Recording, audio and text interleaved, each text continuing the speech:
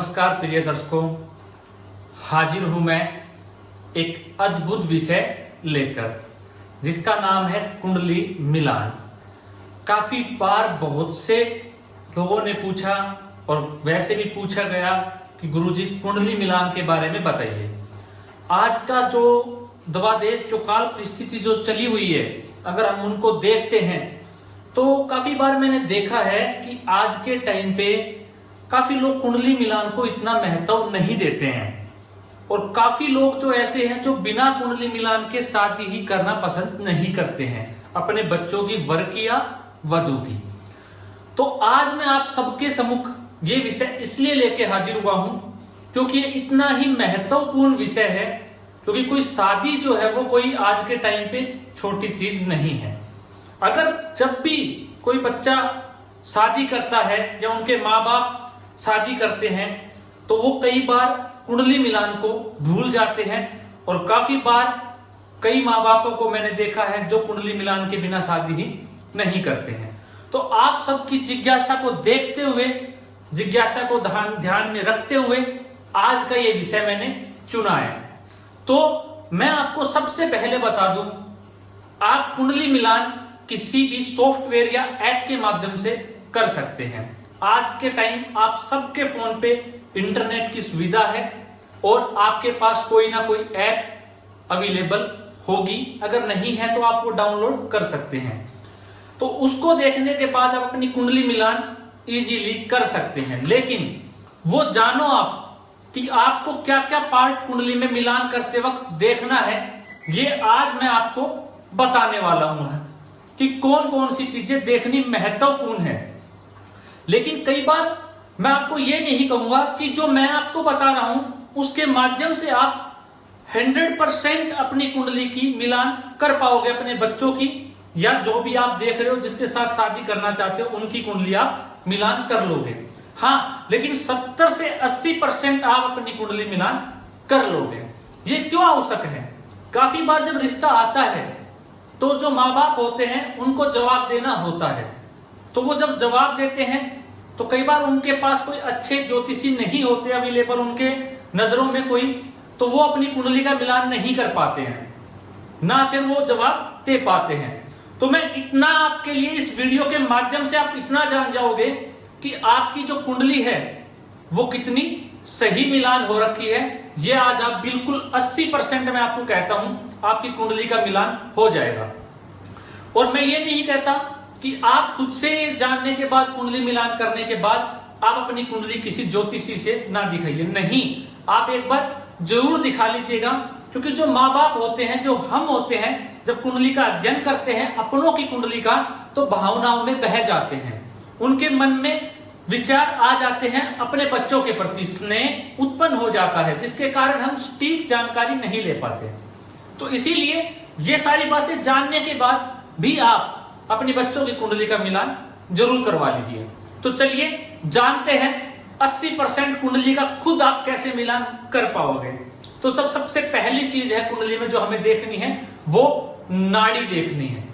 जो कुंडली में नाड़ी दोष सबसे पहले महत्वपूर्ण है। सबसे पहले नाड़ी दोष देखना है कि नाड़ी दोष कितना है कुंडली के अंदर, उनका मिलान हो रहा है या नहीं हो रहा है। दूसरे नंबर पे हमें जो कुंडली में देखना है, नाड़ी दोष अगर 0 है तो शादी बिल्कुल भी नहीं करनी चाहिए। मैं आपको क्लियर बता रहा हूं, स्पष्ट रूप से कह रहा हूं, बिल्कुल शादी के लिए हामी मत भरिएगा।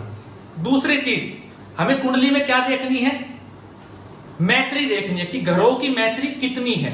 अगर उसमें 3 अंक आपको मिले हुए हैं 5 में से तो ये अच्छा है, तो ये अच्छा रहेगा।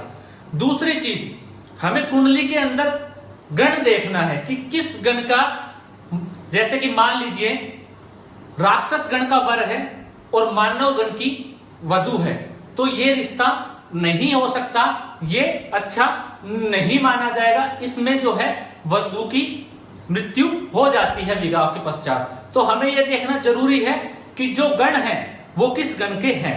अगर कुंडली के अंदर देव और मनुष्य गण की कुंडली मिलान होती है तो शादी की जा सकती है, देव राक्षस गण की होती है तो शादी की जा सकती है। लेकिन एक ही जगह दिक्कत आती है, कहां पे आती है, राक्षस और मनुष्य गण के अंदर। दूसरी चीज हमें कुंडली के अंदर क्या देखनी है, दूसरी चीज हमें देखनी है, इसको भी हम छोड़ देंगे, वैसे तो वर्ण से ही शुरू किया जाता है, उसको हम छोड़ देंगे। अगर जब तक ब्राह्मण वर्ण का है, जाति का शूद्र वर्ण की है, तो ये भी शादी नहीं हो सकती, लेकिन हम वर्ण को छोड़ देंगे। मैं आपको महत्वपूर्ण पॉइंट बता रहा हूं, सिर्फ आपको उन्हीं चीजों के ऊपर अपना फोकस रखना है। सबसे पहले नाड़ी, नाड़ी देखना सबसे महत्वपूर्ण। दूसरी जगह पे हमें क्या देखना है, मैत्री को देखना है कि कौन सी मैत्री बनी हुई है कुंडली में, कितने जो ग्रहों की मैत्री है वो कितनी है। तीसरी चीज हमें कुंडली के अंदर क्या देखनी है, वो हमें देखनी है गण कैसा है उनका। ये सब चीज देखने के बाद हमें उनकी कुंडली, सबसे पहले 36 जो है गण होते हैं, जो 36 गुण मिलाए जाते हैं वो 36 मिलाए जाते हैं। अगर 36 में से 18 मिल जाते हैं और जो चीजें मैंने आपको बताई वो मिल जाते हैं तो ये अच्छा है। ये तो हुआ पहला भाग कुंडली मिलान का। उसके बाद चलते हैं दूसरे भाग के ऊपर कुंडली में, उसमें हमें क्या देखना है कुंडली के अंदर। जब दूसरा भाग जो कहता है आप दोनों की वर और वधु दोनों की कुंडली को खोल लीजिए, खोलने के बाद आप देखिए कि वो जो वर है वो किस लगन से है।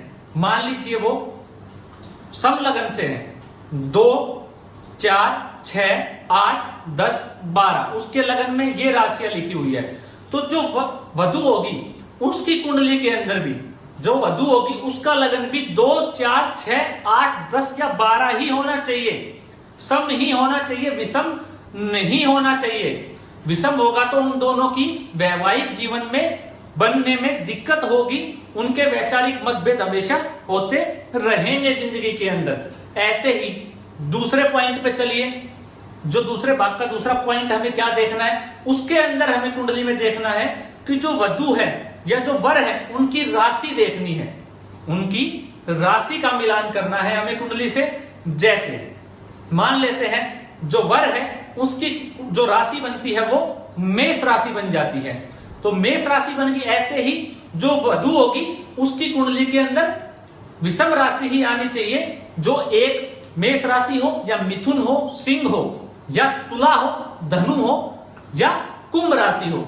अगर इनमें से कोई राशि है, अगर सम राशि विषम राशि अगर वर की है तो वधु की भी विषम ही राशि होनी चाहिए। दूसरी चीज, अगर लगन विषम है तो वधु का लगन भी विषम ही होना चाहिए। मान लो लगन और जो चंद्र कुंडली है दोनों की सेम ही, सम है तो सम ही रहेगा दोनों का, विषम है तो विषम ही रहेगा, ओड और ओड है तो ओड रहेगा, इवन है तो इवन ही रहने वाला है। अगर मान लो चंद्र कुंडली के अंदर दिक्कत है, अगर लड़के का मेष राशि बनती है, लड़की की वृषभ राशि बनती है, तो जब दोनों की शादी हो जाएगी तो उनको संतान उत्पत्ति में कष्ट होने वाला है। तो इसीलिए चंद्र राशि दोनों की या तो सम हो या विषम होनी चाहिए। अब मानते हैं, उदाहरण लीजिए, अगर कुंडली में लड़के की जो राशि बनती है वो मेष बनती है और जो कन्या जो वर वधु है उसकी राशि जो बनती है वो वृषभ बनती है, तो जब अभी वर्तमान में ले लीजिए जो गुरु ग्रह है वो मीन राशि में गोचर कर रहे हैं, तो जब मीन राशि में गोचर कर रहे हैं तो अगर मेष राशि से हम उनकी कुंडली बनाते हैं, मेष राशि को लगन में बैठाते हैं, चंद्रमा को उनकी हम कुंडली बनाते हैं, तो जो गुरु है वो 12वें घर में संचरण कर रहा है मीन राशि के अंदर, तो गुरु का कहीं से भी संबंध पंचम भाव से नवम भाव से नहीं बनता। तो जो वर है उसकी कुंडली से संतान होने में दिक्कत होने वाली है। लेकिन जो वधु है अगर उसकी कुंडली देखेंगे आप, तो अगर वृषभ उसकी राशि बनती है तो वृषभ राशि बनने से उसका जो गुरु है कुंडली के अंदर वो कहां चला गया, लाभ भाव में चला गया। लाभ भाव से सीधा पंचम भाव पे दृष्टि गुरु अपनी डाल रहा है, तो पंचम की दृष्टि बन जाती है, तो वधु की कुंडली से संतान की जो प्रॉब्लम है वो दूर हो जाती है, तो संतान उनकी हो सकती है।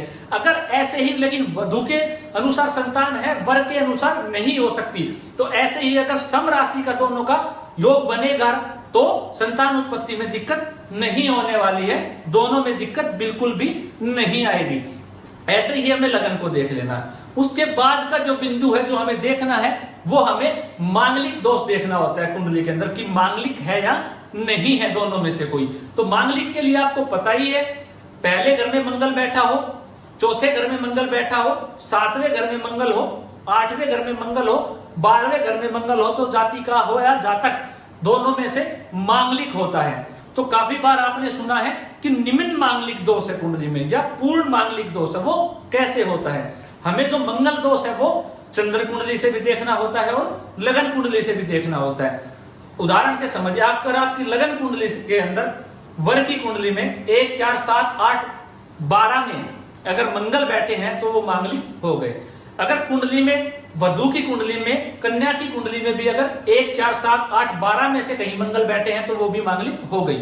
लेकिन अगर चंद्र कुंडली से जो वर है वो मांगलिक बनता है। चंद्र कुंडली का मतलब जो आपकी चंद्र जो आपके लगन में जहां चंद्रमा बैठा है वो जो आपकी राशि बनी उसको हम लगन बना लेंगे और उसके अनुसार चंद्रमा से गिनने पे अगर मंगल 1, 4, 7, 8 या 12 घर में जाता है चंद्रमा से तो वहां से चंद्र कुंडली से भी मांगलिक हो जाता है। ऐसे ही वधु की चेक कर लेंगे तो दोनों ही अगर चंद्र कुंडली से भी उनसे भी मांगलिक है तो दोनों पूर्ण रूप से मांगलिक हैं। अगर दोनों एक कुंडली से, मान लो वर, चंद्र और लगन दोनों कुंडली से मांगलिक है, लेकिन जो कन्या है वो सिर्फ जो मांगलिक है वो कहां से है? सिर्फ और सिर्फ लगन कुंडली से है, चंद्र कुंडली से नहीं है, तो वो निम्न मंगलिक हो जाएगी। लड़की का, जातिका का मेरी बात हमेशा सदैव ध्यान रखना प्रिय दर्शकों, जो लड़की होगी उसकी कुंडली के अंदर चंद्र कुंडली से जो मांगलिक है वो सबसे ज्यादा अहम रोल निभाता है, ना कि लगन कुंडली से। चंद्र कुंडली उनकी सदैव देखिए, तो ऐसे देखने के बाद पता आपको चल जाएगा। ये जो महत्वपूर्ण बिंदु थे जो कुंडली मिलान के थे वो मैंने आज आपको बताए हैं। अगर आप इन सब चीजों का ध्यान रखते हुए अपने बच्चों की कुंडली मिलान करेंगे या आप स्वयं अपनी कुंडली मिलान करेंगे तो आप निश्चित जान जाएंगे कि आपकी कुंडली कितनी मिलान होती है, कितनी नहीं होती। अगर आपकी कुंडली अच्छे से मिलान हो रही है जैसे मैंने बताया है तो आपके वैवाहिक जीवन में कतई भी दिक्कत नहीं आने वाली है, बिल्कुल ही बढ़िया आपका जीवन जाने वाला है। तो आप घर बैठ के भी खुद इतनी देखने के बाद अगर आप किसी ज्योतिषी से परामर्श लेंगे तो आपकी कुंडली इतनी जो मिलान की है आपने वो गलत नहीं होने वाली। आप इस कुंडली को देख के जो किसी को जवाब देना है, जब आपके घर पे कोई रिश्ता आया है या जिसको भी जवाब देना है आप उसको दे सकते हैं इन बिंदुओं को ध्यान में रख के। एक बात मैं आपको और बता देता हूं प्रिय दर्शकों, जो मंगल ग्रह है मांगलिक दोष काफी प्रकार से भंग होता है, उसके ऊपर मैंने पहले भी एक वीडियो बनाई हुई है। अगर आप चाहोगे तो मैं आपके लिए और उस विषय पे वृद्ध रूप से चर्चा हम करने को तैयार हैं। तो अभी तक आपने चैनल को सब्सक्राइब नहीं किया है तो चैनल को सब्सक्राइब कर लीजिएगा, क्योंकि ऐसे ही कार्यक्रम मैं आप लोगों को लिए लेके आता रहता हूं ताकि आपके ज्ञान में भी वृद्धि हो जाए। क्योंकि कमेंट के माध्यम से जो आप मुझसे पूछते हो उसका भी मैं जवाब देने की कोशिश करता हूं और चाहता हूं कि आपको, आपकी जिज्ञासा को मैं शांत करूं अपने ज्ञान और सामर्थ्य के अनुसार और वो चीजें आपके काम आ सके। तो इन बिंदुओं को अगर हम ध्यान में रख लेंगे, सबसे पहला मैंने आपको नाड़ी दोष देखना है, उसके बाद गण देखने हैं, हमें मैत्री देखनी है ग्रहों की, हाँ, और जो गुण मिलते हैं वो भी अगर हम देख लेते हैं 36 में से 18 से ऊपर होने चाहिए तो अच्छा है। उसके बाद हमें लगन देखना है, सम है या विषम है दोनों का। उसके बाद हमें चंद्र कुंडली देखनी है, दोनों की सम है या विषम आती है जो चंद्र राशि बनती है, और मांगलिक दोष हमें कुंडली में देखना है। अगर हम सब इन सब चीजों का अगर हम ध्यान रख के कुंडली का अध्ययन मिलान करते हैं तो हमारे जो कुंडली होगी वो अच्छे से मिलान हो पाएगी और कोई भी दिक्कत नहीं आएगी वैवाहिक जीवन में, ये मेरा वादा है आपसे। तो अगर आपको आपके बच्चों का रिश्ता करने जा रहे हैं तो इन बिंदुओं का जरूर ध्यान रखिएगा। मिलते हैं किसी और विषय के साथ आपसे अगली किसी वीडियो के अंदर। अभी के लिए मुझे इजाजत दीजिए, नमस्कार।